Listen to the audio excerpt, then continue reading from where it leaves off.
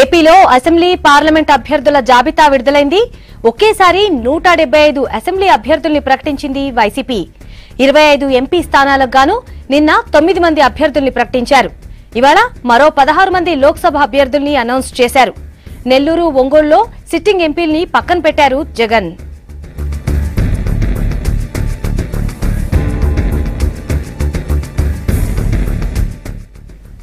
అయితే కడప నుంచి వైఎస్ అవినాష్ రెడ్డి, రాజంపేట నుంచి పివి మిథున్ రెడ్డి, చిత్తూరు పెద్దప్ప, తిరుపతి బల్లె దుర్గప్రసాద్, హిందూపూర్ గోరంట్ల మాధవ్, అనంతపూర్ తల్లారి రంగయ్య, కర్నూలు సీటుని సంజీవ్ కుమార్ కిచ్చారు. నంద్యాల పార్లమెంటుకు బ్రహ్మానందరెడ్డి, నెల్లూరు నుంచి అదాల ప్రభాకర్ రెడ్డి, ఒంగోలు ఎంపీ సీటు మాగుంట శ్రీనివాస్ రెడ్డి, బాపట్ల నుంచి నందిగామ సురేష్, నరసరావుపేట నుంచి లావు కృష్ణదేవరాయలు, గుంటూరు నుంచి మోదుగుల వేణుగోపాల్ రెడ్డి, మచిలీపట్నం నుంచి బాలశౌరి, విజయవాడ నుంచి పొట్లూరి వరప్రసాద్, ఏలూరు నుంచి కోటగిరి శ్రీధర్ ను బరిలో నిలిపింది వైసీపీ.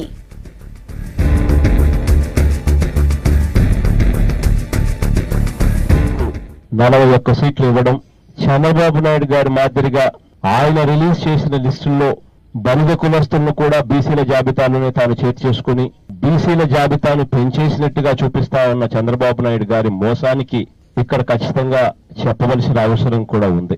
బలిజ వాళ్ళను కూడా చంద్రబాబు నాయుడు గారి మాదిరిగానే మనం కూడా బీసీల కోటాల కింద కలుపుకుంటే ఈ సంఖ్య 45 కూడా చేరుతుంది.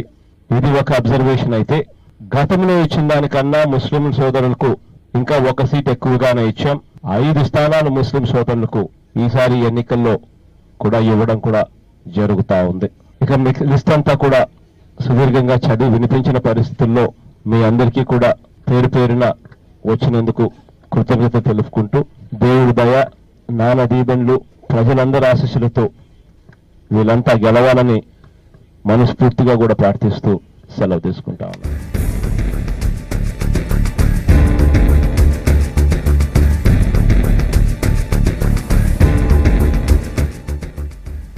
మరిన్ని డీటెయిల్స్ విజయవాడ నుంచి కోటిరెడ్డి అందిస్తారు. కోటిరెడ్డి చెప్పండి, వైసీపీ అభ్యర్థుల జాబితా విడుదలైంది కదా, కోటిరెడ్డి ఒకేసారి 175 అసెంబ్లీ అభ్యర్థుల ప్రకటన వెనుక వైసీపీ వ్యూహం ఏంటి?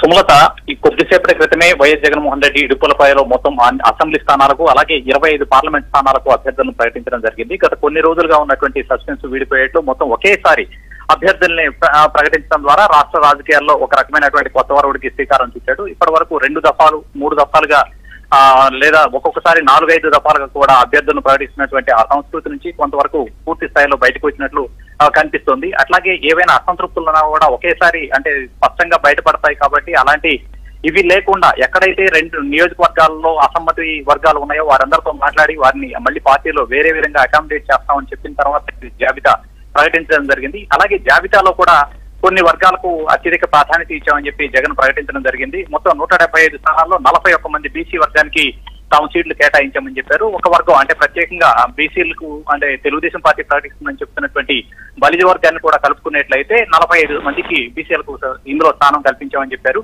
అట్లాగే ముస్లిం మైనారిటీ వర్గానికి సంబంధించి మొత్తం 5 స్థానాలను కేటాయించారు. గతంలో 4 స్థానాలు కేటాయిస్తే ప్రస్తుతం ఒక స్థానం అదనంగా కూడా కేటాయించడం జరిగింది. అట్లాగే పులివెందుల నుంచి ఎలాగో వైఎస్ జగన్ పోటీ చేస్తారు, అలా కాకుండా కొందరు ప్రత్యేకమైనటువంటి అభ్యర్థులు ఉన్నారు. వీరందరికీ కూడా మళ్ళీ స్థానాలు కేటాయించడం జరిగింది.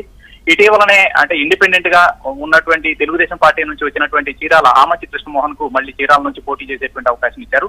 అట్లాగే మాజీ మంత్రి ఒంగోలు నుంచి బాలినేని శ్రీనివాస్ రెడ్డి మళ్ళీ పోటీ చేస్తున్నారు.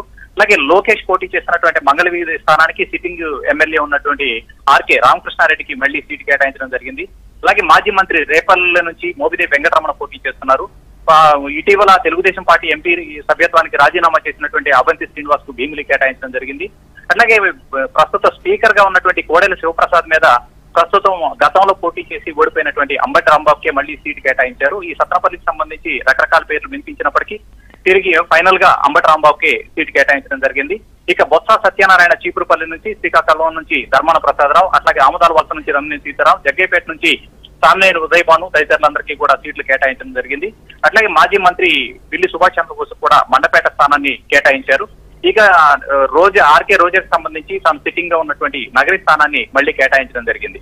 ఈ జాబితాలో ప్రధానంగా మనకు కనిపించేటువంటి విషయం ఏంటంటే నిన్న మొన్న కూడా పార్టీలు చేరినటువంటి కొంతమందికి పార్లమెంటు స్థానాలు దక్కినటువంటి పరిస్థితి కనిపిస్తుంది. ఇటీవల తెలుగుదేశం పార్టీ నుంచి ఇందులో చేరినటువంటి వాళ్ళకు అయితే కర్నూలు ఎంపీ బుట్టా రేణుకకు అయితే స్థానం కల్పించలేదు, కానీ మిగతా వాళ్ళందరికీ కూడా చాలా వరకు వచ్చినాయి.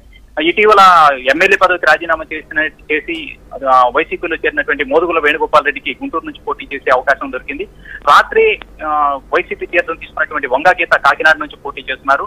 అట్లాగే మాజీ మినిస్టర్ మాగుంట శ్రీనివాసులు రెడ్డి ఒంగోలు నుంచి పోటీ చేస్తుంటే అట్లాగే నెల్లూరు నుంచి రాత్రి అంటే వాస్తవంగా నెల్లూరు రూరల్ సీట్ ని కేటాయించిన తెలుగుదేశం పార్టీ కేటాయించిన తర్వాత వచ్చి వైసీపీలో చేరినటువంటి ఆదాల ప్రభాకర్ రెడ్డికి నెల్లూరు స్థానాన్ని కేటాయించారు. ఇట్లా మొత్తంగా అంటే పార్టీకి సంబంధించి ఇందులో కొంత అసంతృప్తులు ఉన్నా లేదా కొంతమంది సిట్టింగులను కూడా తొలగించామని చెప్పి జగన్ చెప్పడం జరిగింది. ఈ తొలగించిన వారికి సంబంధించినటువంటి అన్ని కూడా సర్వేలు నిర్వహించి ప్రజాభిప్రాయం మేరకు ఉన్నటువంటి నిర్ణయం ప్రకారమే వీరందరినీ కూడా సీట్లు కేటాయించడం జరిగిందని చెప్తున్నారు.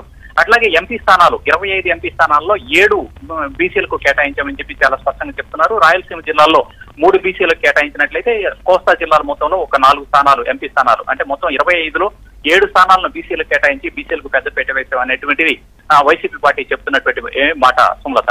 అయితే కోటిరెడ్డి నెల్లూరు ఒంగోళ్ళ మేకపాటి వైవి సుబ్బారెడ్డి కాకుండా ఇప్పుడు కొత్తగా వచ్చిన వాళ్ళకి టికెట్ ఇవ్వడం వెనుక కారణం ఏంటి? ప్రధానంగా అంటే గతం నుంచి కూడా మేకపాటి ఒంగోలు పోటీ చేసేటువంటి అవకాశం ఉంది అనేటువంటి అభిప్రాయం వ్యక్తమవుతూ వస్తుంది. నెల్లూరు కాకుండా ఒంగోలు నుంచి పోటీ చేయించాలనే అభిప్రాయం. ఆ తర్వాత ఒంగోలుకి మాగుంట శ్రీనివాసరెడ్డి చేరడంతో ఇతను కేటాయించారు. ఇప్పటి వరకు అతను పార్లమెంట్ ప్రాతినిధ్యం వహిస్తున్నటువంటి నేపథ్యంలో అతన్ని రాజ్యసభకు హామీ ఇచ్చారనేటువంటి ఒక అభిప్రాయం వ్యక్తం అవుతోంది. అట్లాగే వైవి సుబ్బారెడ్డి కూడా రాజ్యసభకు పంపించేటువంటి అవకాశం ఉందని చెప్పి కొత్తగా వచ్చిన వాళ్ళని అకామిడేట్ చేయడం ద్వారా పార్టీ క్యాడర్ లో ఎక్కడా కూడా చీలికలు రాకుండా బాగా జగన్ కు సన్నిహితులుగా ఉన్న వారి అందరినీ కన్విన్స్ చేసి ఎక్కడ పార్టీలో అసంతృప్తి రాకుండా ఉండడం కోసమే ఇలాంటి నిర్ణయం తీసుకున్నారనే అభిప్రాయం అక్కడ పార్టీ వర్గాల నుంచి వ్యక్తమవుతుంది. మొత్తంగా అయితే అంటే సిట్టింగుల్లో కొంతమందికి మాత్రం స్థానాలు లేకపోవడం అయితే వాస్తవం. అయితే దీనికి సంబంధించి వారందరితోటి చర్చించిన తర్వాతే ఈ నిర్ణయం తీసుకున్నాం అనేటువంటి అభిప్రాయం వైసీపీ వర్గాలు చెప్తున్నాయి. Sumalatha. Right Koti Reddy, thanks for the details.